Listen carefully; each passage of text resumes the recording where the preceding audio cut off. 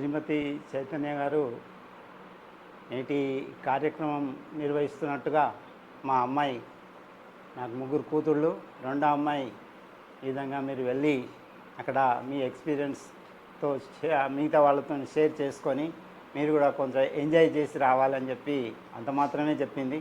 కానీ ఇక్కడికి వచ్చాక నిజంగా కూడా పూర్తిగా అసలు టైం ఎంత గడిచిపోయిందో తెలియకుండా మొత్తం పార్టిసిపేషన్ అని జరిగింది.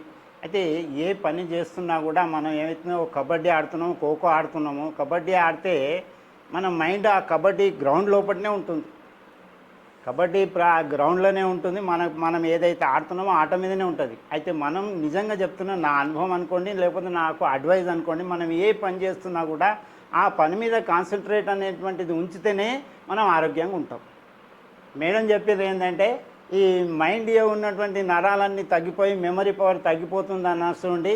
అంటే చాలామంది కూడా వాళ్ళ యొక్క అనుభవాల లోపల చేదు అనుభవాలను ఊకే గుర్తు చేసుకొని మైండ్ మీద ఎఫెక్ట్ చేసుకొని, మైండ్ మీద లోడ్ ఎక్కువ చేసుకొని, మైండ్ను ఖరాబ్ చేసుకొని వాళ్ళు ఈ విధంగా బాధపడుతూ ఉంటారు.